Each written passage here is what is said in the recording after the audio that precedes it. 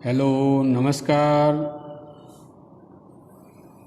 आज मैं आपको, जैसे हमने एक पद्य और एक गद्य पढ़े, और आज मैं दूसरा पद्य है। पद्य का नाम है विना वृक्षम गृहम शून्य, मतलब कि वृक्ष के बिना घर सूना है। तो वृक्ष के बिना घर सूना है, वो टाइटल को लेकर ये जो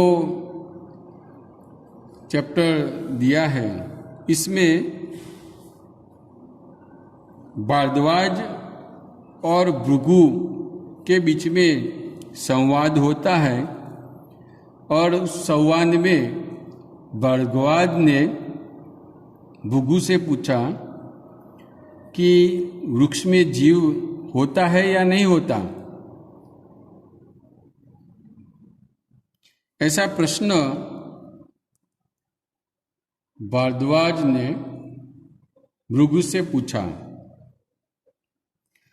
और उसके प्रश्न के उत्तर में भृगु ने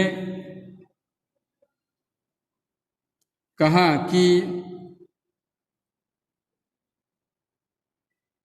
ये बहुत महत्वपूर्ण है, और इसमें वृक्ष में चेतनता होती है, उसमें जीव होता है, और ये सब प्रतिक्रियाएं उसमें भौतिक क्रिया किए बिना उसको अच्छी तरह से हम समझ सके, देख सके, इसी प्रकार से हमें समझाने का प्रयास किया है। और भृगु का जो तर्क है, वो तर्क मानवीय शरीर और इसमें चल रही जो प्रतिक्रियाएं हैं, वो प्रक्रिया चलती है ज्ञानेंद्रिय के माध्यम से, उसके आसपास घूमती रहती है। जैसे कि हमारे यहाँ अलग अलग पृथक पृथक इंद्रियां जो है, वो इंद्रियों का काम, अलग अलग इंद्रियां जो है, वो इंद्रियां अलग अलग उसको काम सूचित किया है। आँख, कान, नाक जो है, जो भी इंद्रिय है, उसका जो काम सौंपा गया है वही काम वो करती है, और उससे ज्ञान प्राप्त करती है।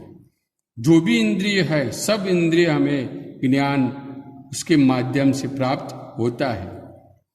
ठीक उसी तरह वृक्ष में भी अनेक प्रकार की इंद्रियों का प्रस्तावित किया गया है, और उसके माध्यम से वो अलग अलग प्रतिक्रिया, वो प्रक्रियाएं करता रहता है, तब उसकी वृद्धि होती है, बड़ा होता है, पुष्प और फल देता है।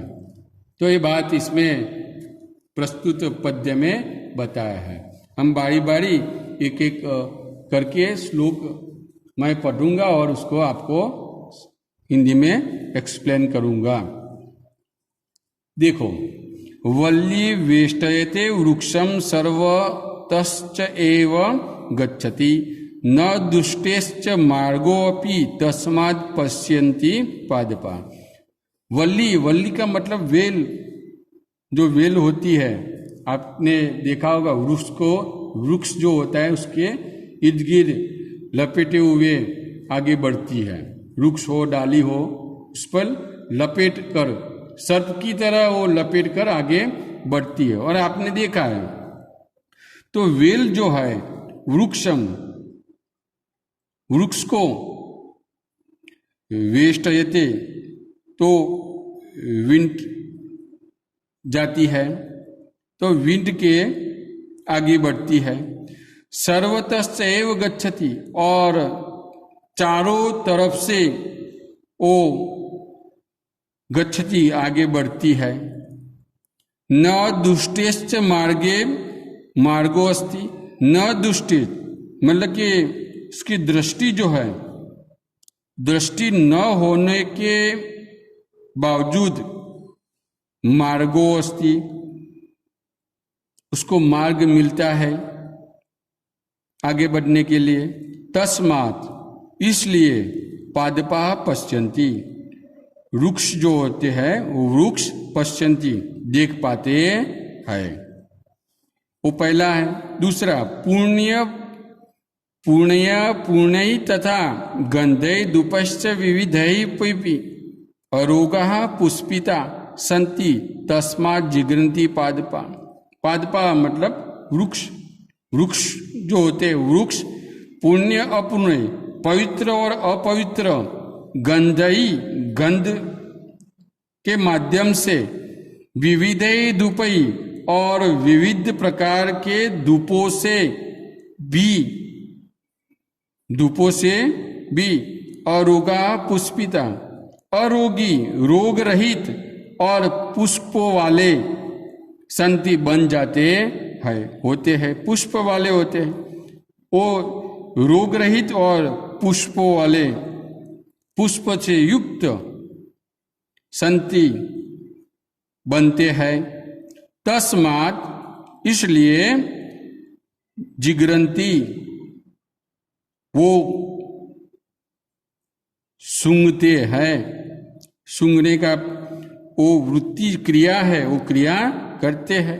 तस्मात्, इसलिए वो जिगरंती, सूंघना, जिगरंती का मतलब है सूंघना, तो इसलिए वो सूंघते हैं। क्या? पादपा, वृक्ष। वृक्ष जो है वो सूंघते हैं, सूंघने की क्रिया करते हैं, वो बात बताइए। दूसरा है, पादहि सलिल पानश्च व्याधिनाम च अपि दर्शनात् व्याधि प्रतिक्रियात्वश्च विद्यते रसनम द्रुमे।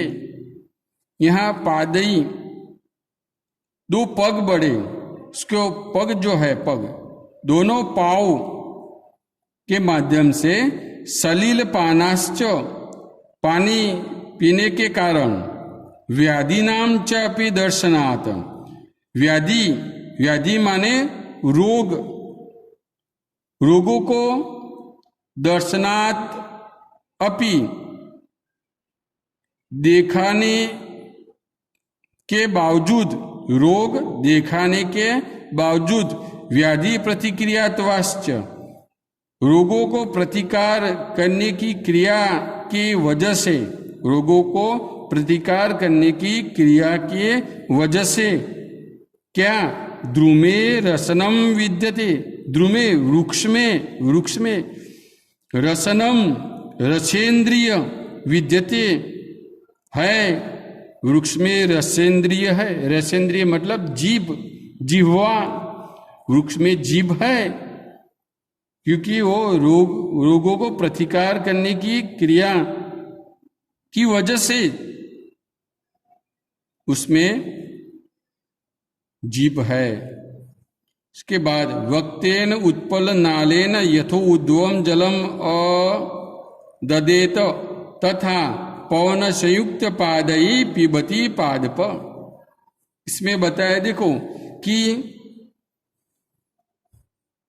उत्पलम नालेन यथो मतलब यथा, जैसे कमल जो है, कमल की डंडी के रूप में, कमल डंडी जो होती है वो कमल डंडी के रूप में वक्त्रेन, मुख के माध्यम से, मुख के माध्यम से, उद्वम ऊंचे,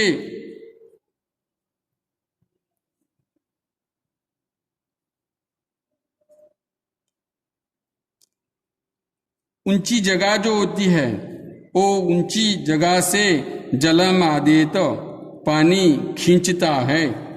तो उद्वम बहुत ऊंची जगह से, जलम आदतेत पानी खींचता है, तथा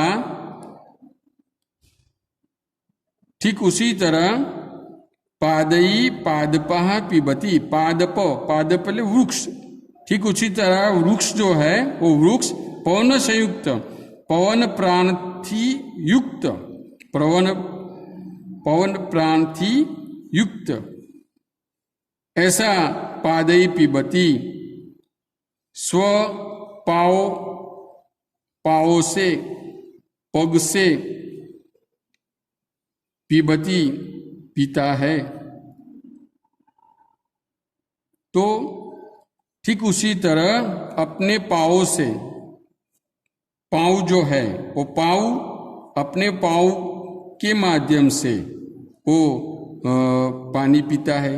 अब यहाँ पाँव की बदले जगह पे मूल जो होता है, रूट, वो मूल के माध्यम से वो पानी पीता है।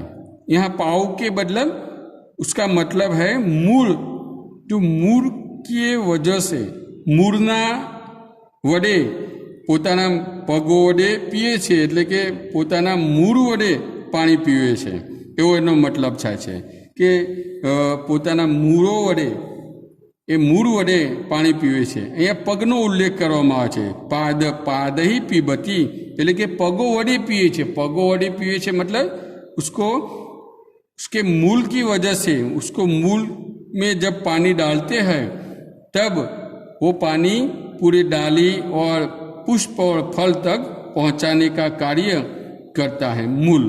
तो मूल में ही पानी डालते हो, इसलिए यहाँ बताया मूल में पानी, मूल की माध्यम से पानी पीता है। आगे देखो पांचवा, सुख दुखश्च ग्रहण छिन्नस्यच्च विरोहणात् जीवम पश्यामि वृक्षाणाम चैतन्यम न विद्यते। सुख और दुख, सुख और दुख ग्रहण करने से की वजह से, उसके कारण छिन्नस्य विरोहणात्, और कटे हुए और कटने के बाद विरोहणात्, वो खिलते हैं। उसको गुजराती में कहते हैं कपायलाना पांगरवाने कारण। अब इसमें देखो कि પ્રગ્રહણાદ છિન્નસ્ય, સુખ અને દુઃખમાં ગ્રહણ કરવાને કારણે, અને છિન્નસ્ય વિરોહણાત, કપાયેલાના પાંગરવાને કારણે, जीवम पश्यामि वृक्षाणाम, वृक्ष में जीव होता है। जीवम पश्यामि वृक्षाणाम એટલે કે વૃક્ષમાં હું જીવ જોઉં છું, वृक्ष में जीव होता है।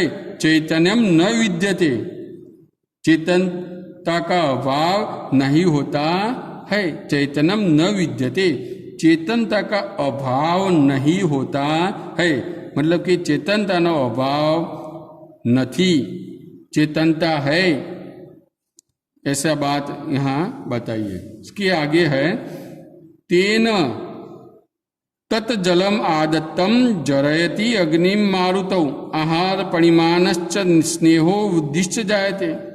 यहाँ बताया देखो, तेनाती ते वृक्षों खेचेलू पानी, जलम आदत्तम खींचा हुआ जल है, वो जल को अग्नि मारुतो जरयति, अग्नि और पवन जो है वो पवन पचाने का कार्य करता है।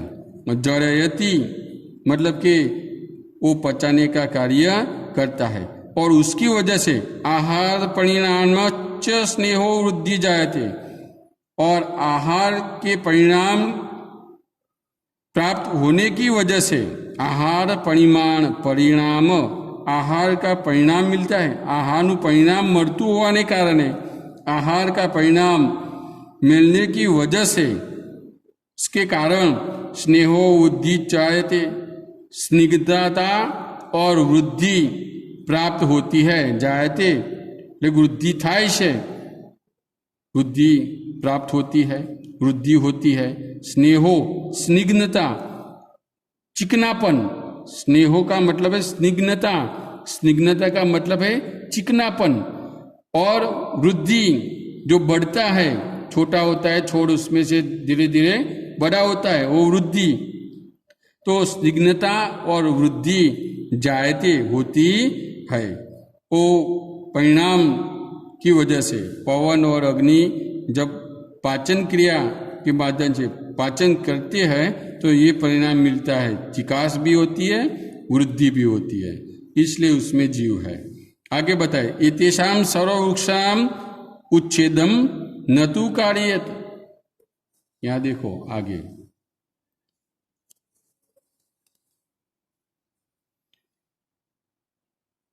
एतेषां सर्ववृक्षाणां उच्छेदम न तु कार्येत सर्व संवर्धने विशेषेण प्रत्येन हतेन्द्रियतः। अब यहां बताया देखो कि एतेषां, इस सर्व वृक्षों को उच्छेदनम, नाश, न तु कार्य, नहीं करना चाहिए, सर्व वृक्षों का नाश नहीं करना चाहिए। एतेषां सर्ववृक्षाणां, सर्व वृक्षों का उच्छेदम मतलब नाश, उच्छेद, नाश, न तु कार्य, नहीं करना, विशेषेण, खास करके, विशेष करके, हतेन्द्रिय, जागृत होकर के, जागृत होकर के, संवर्धनेन, उछेर करने में, प्रयतेत, प्रयत्न करना चाहिए, प्रयत्न करना चाहिए। तो इसमें उछेर करने में प्रयत्न करना चाहिए। तो सर्व वृक्षों नाश न करवो, खास કરીને जागृत રહીને ઉછેર કરવાનો પ્રયત્ન કરવો જોઈએ। ગુજરાતીમાં એનો અર્થ મેં તમને કહ્યું, થોડુંક ખ્યાલ આવે વધુ એટલા માટે। 8મો શ્લોક છે, યથા વૃક્ષમ તથા પુત્ર સદા શ્રેયસ્કાર ઉભૌ વિના વૃક્ષમ ગૃહમ શૂન્યમ पुत्रहीनम कुलम तथा।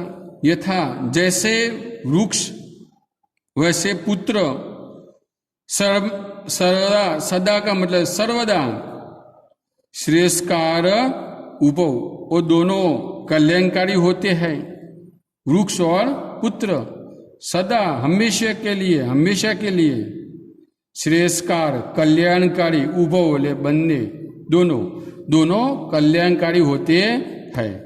विना वृक्षम गृहम शून्य, वृक्ष के बिना गृह शून्य होता है। तथा ठीक उसी तरह पुत्रहीनम कुलम, पुत्र के बिना कुल शून्य है। वंश परंपरागत आगे नहीं बढ़ती, उसकी परंपरा, उस पहले के जन्म में तो बहुत, पहले जमाने में बहुत आगे रखते थे पुत्र का, लड़का होना चाहिए, वंश परंपरागत आगे बढ़ाने के लिए आगे नहीं रहते थे लोग। अब इस समय को अब सब लोग भूल गए हैं, बच्ची हो, बेटी हो या बेटा, सब समान है, लड़की हो या लड़का, सब समान है। तो कुल की परंपरा जो होती है वो पुत्र के हाथ में है, इसलिए अच्छा और संस्कारी पुत्र हो तो कुल की रोशनी चारे दिशाओं में उसकी प्रज्वलित होती है। आगे लास्ट वाला जो है उसमें वही बताया, देखो, एकानापि सुवृक्षेण पुष्पितेन सुगंधीना वासितम वै वनम सर्व सुपुत्रेण कुलम तथा। अब यहाँ बताया, देखो यहाँ से अनुवाद होता है कि सुपुत्रेण कुलम तथा, जैसे अच्छे पुत्र के माध्यम से पूरा कुल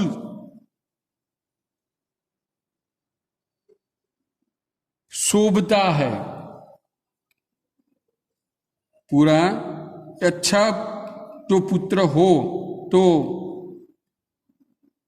समस्त कुल जो है वो कुल सुशोभित होता है, प्रसन्न होता है, शोभता है। ठीक उसी तरह एकेनापि, कोई एकाद, पुष्पितेन, खिला हुआ, सुगंधीदार, खिला हुआ सुगंधीदार, सुवृक्षेन, अच्छा वृक्ष की माध्यम से, अच्छा सुंदर, अच्छा वृक्ष के माध्यम से, वनम सर्वम, पूरा वन, पूरा वन, वासितम वै, महक उठता है, वासितम वै, महक उठता है। तो एकाध खिला हुआ सुगंधीदार अच्छा वृक्ष के माध्यम से पूरा वन जो है वो पूरा वन महक उठता है। ठीक, जैसे अच्छा पुत्र हो तो पूरा कुल जो है, कुल महक उठता है, प्रशंसनीय बनता है, अपने समाज में, परिवार में वो प्रसन्नता प्राप्त करता है। अच्छा पुत्र हो तो कुल जो होता है वो प्रसन्नीय और प्रसिद्धि प्राप्त करता है। ठीक उसी तरह एक अच्छा वृक्ष हो तो वो वृक्ष के माध्यम से पूरा वन जो है वो वन महक उठता है। वो ऐसे बात यहाँ समझाने का प्रयास किया है। तो एक दो बार पढ़ना, कोई दिक्कत हो समझने में तो मुझे बताना। और इसका इंग्लिश ट्रांसलेशन जो है वज्र प्रकाशन की गाइड आपको मैंने खरीदने के लिए बोला था, फिर दोबारा आपको याद करता हूँ, उसको आप खरीद के रखना। और उसके साथ साथ ट्रांसलेशन जो है इंग्लिश का एक नोटबुक में 1 by 1 आप अच्छी तरह से लिखना और तैयार करना। ठीक है, कोई दिक्कत हो तो आप मुझे कांटेक्ट करके बताना। Thank you.